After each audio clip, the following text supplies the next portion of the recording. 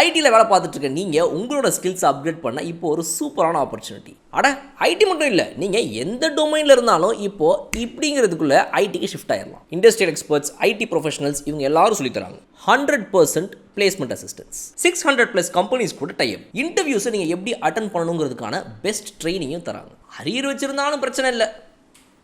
Rajalakshmi Edwards, Chennai. ஸ்க்ரீனில் தெரிகிற இந்த நம்பருக்கு கால் பண்ணுங்கள். டீட்டெயில்ஸ் இன் டிஸ்கிரிப்ஷன். கண்டிப்பாக சிஎஸ்கே பிளே ஆஃப்ஸ் போகாது. இந்த ஒரு விஷயம் மட்டும் இந்த தடவையும் நடந்துச்சுன்னா என்னது, ஓப்பனர்ஸுடைய சர்ச்சை. ஓப்பனர்ஸ் இது மாதிரி வந்து சிஎஸ்கேக்கு எந்த காலத்துலையும் இருந்ததே கிடையாதுன்னு எல்லாரும் புலம்புறாங்க. ஒரு பக்கம் பார்த்தீங்க அப்படின்னா 2008 மேத்யூ ஹேடன், பார்த்திவ் பட்டேலில் ஆரம்பித்து Brendan McCullum, Faf to Plessis combination, சிவப்பு கலர் ஷூ போட்டுன்னு வருவாங்க பாருங்கள். அதுலேருந்து ஆரம்பித்து நம்மளுடைய சைல்டுஹுட் டேஸ் எல்லாம் ரொம்ப சூப்பராக இருந்துச்சு அப்படின்னு நம்மளாம் வந்து இன்றைக்கி நினச்சி பார்த்துட்டு இருக்கக்கூடிய ஒரு பழைய கனவாகவே தான் இருக்குது இன்றைக்கி சிஎஸ்கேவுடைய ஓப்பனர்ஸ் பேட்டிங் நிலைமை. ஸோ அந்த வகையில் இதை சரி செய்யறதுக்கு ஒரு வழி இருக்குது. ஆனாலும் இதை சிஎஸ்கே செய்யாமல் அடம் பிடிப்பதற்கு என்ன காரணம் என்று தெரியவில்லை. அடுத்த மேட்ச் மாறுமா, வெயிட் பண்ணி பார்ப்போம். Boys and girls, my bits காய் ஃப்ரம் பாலா. சிஎஸ்கேவுடைய ஓப்பனர்ஸ் ருத்ராஜ் கெய்க்வாட் அவர்கள் ரொம்ப சூப்பராக விளையாடிட்டு இருந்தார். அவருக்கு பேர் காம்பினேஷன் கிடைக்கவே இல்லை. முதல் 3-4 மேட்ச்சில் அவர் சரியாக விளையாடாமல் இருந்தாலும் கூட அடுத்து பிக்கப் பண்ணி அடுத்தடுத்த எல்லா மேட்ச்லையும் அவர் இப்போ ஃபார்முக்கு வந்துட்டார், நல்லா விளையாடிட்டு இருக்காரு. ஆனால் அவர் கூட விளையாடுற ஆள் இன்னும் ஃபார்முக்கு வந்த பாடு இல்லை.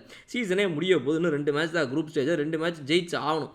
இதில் போய் போன மேட்ச் அவங்க பண்ண டாக்டிக்கல் மிஸ்டேக்ஸ் 2, ஒன்று வந்து பவுலிங்லையும் இன்னொன்று பேட்டிங்லையும். அந்த பேட்டிங் மிஸ்டேக் என்ன அப்படின்னா, ஃபார்ம்லேயே இல்லாத அஜிங்கே ரஹானேவை மீண்டும் ஃபஸ்ட்டு ஓப்பனிங் இறக்கி விட்டது. அவர் கூட வந்துட்டு இத்தனை மேட்சாக விளையாடாமல் திடீர்னு திரும்ப உள்ளே கூட்டிகிட்டு வந்து ரச்சின் ரவீந்திராவை அவர் கூட இறக்கி விட்டதுன்னு சொல்லி இவங்க 2 பேர் காம்பினேஷனில் ஓப்பனிங் இறக்கி விட்டது தான் மிகப்பெரிய தப்பு அந்த சேசிங்கில்.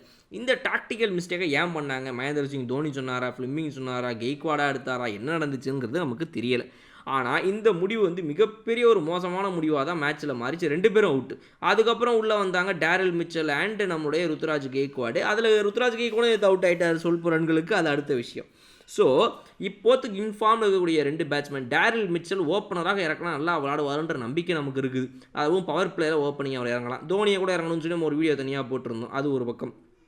இன்னொன்று, ருத்ராஜ் கெய்க்வாட் கண்டிப்பாக திரும்ப அவருடைய ஓப்பனிங் ஸ்லாட்டுக்கு வந்தே ஆகணும். ரச்சின் ரவீந்திராவை நீங்கள் விளாடாமல் போங்க, அவருக்கு பதிலாக வேறு யாராவது கூட்டு வாங்காமல் போங்க. ஆனால் தயவு செய்து நீங்கள் மட்டும் ஓப்பனிங் இறங்குங்க தலைவா அப்படின்னு ருத்ராஜ் கெய்க்வாட்டை நம்ம வந்து வேண்டுகோள் வச்சுக்கிறோம். கூட டேரில் மிச்சலா, தோனியா, யார் என்னங்கிறதெல்லாம் அப்புறம் பேசிப்போம். இது முதல் டாக்டிக்கல் மிஸ்டேக் இவங்க போன மேட்ச்சில் பண்ணது வெள்ளிக்கிழமை.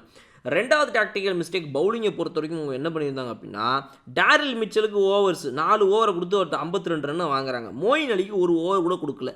இவர் இருக்காப்புல சாய் சுதர்ஷன், ஒரு லெஃப்ட் ஹேண்ட் பேட்ஸ்மேன், அவருக்கு ஒரு ஆஃப் ஸ்பின்னரை உள்ளே கொண்டு வந்து போட்டிருந்தா நீங்கள் எப்படியும் ஒரு ஓவருக்கு 15-20 வாங்குறீங்க. அந்த 20 ரன் கொடுத்துட்டு போகிறார் மோயின் அலி. ஒரு ட்ரை பண்ணியிருந்துருக்கலாம், விக்கெட் வந்திருந்தா சூப்பர் இல்லை. ஸோ மோயின் அலியை ஒரு ஆஃப் ஸ்பின்னரை நீங்கள் டீமில் வந்துட்டு மஹேஷ் தீக்ஷனா மாதிரி ஒருத்தர் பிளேயிங் லெவன்லையும் எடுக்காமல், இருக்கிற மோயின் அலியும் யூஸ் பண்ணாமல், ஒரு லெஃப்ட் ஹேண்ட் பேட்ஸ்மேனுக்கு எப்படி ஆஃப் ஸ்பின்னர் இவங்க யூஸே பண்ணலைங்கிறது ஒரு மிகப்பெரிய ஒரு டவுட்டை நமக்கு மைண்டில் க்ரியேட் பண்ணுது. நீங்கள் வந்துட்டு சாண்ட்னர் யூஸ் பண்ணுறதும் இல்லை வந்து நம்ம ஜடேஜாவை யூஸ் பண்ணுறதும் சாய் சுதர்ஷனுக்கு அகைன்ஸ்டாக எப்படி ஒர்க் அவுட் ஆகும்? ஸோ அந்த ஒரு விஷயத்தை கண்டிப்பாக வந்து சரி செஞ்சு தான் ஆகணும் சிஎஸ்கே. அவங்களுடைய டாக்டிக்கலாக பவுலர்ஸ் யாருக்கு எந்தெந்த ஓவர்ஸ் எங்கெங்கே யூஸ் பண்ண போகிறோங்கிறத இன்னும் சரியாக வந்து ப்ராப்பராக சேனலைஸ் பண்ணணுங்கிறத இந்த 2 விஷயங்களை தான் இந்த வீடியோ நம்ம எடுத்து வைக்கிறோம். இந்த 2 டாக்டிக்கல் மிஸ்டேக்ஸாக போன மேட்ச்சில் பண்ணாங்க, இந்த மேட்ச்சில் பண்ணக்கூடாது. அப்போ தான் பிளே ஆஃப்ஸ் போக முடியும்னு நான் சொல்கிறேன். உங்களுடைய கருத்துக்களை கமெண்ட் செக்ஷன் சொல்லுங்கள். அடுத்த வீடியோ நாங்கள் வந்து பார்க்கலாம். Okay bye.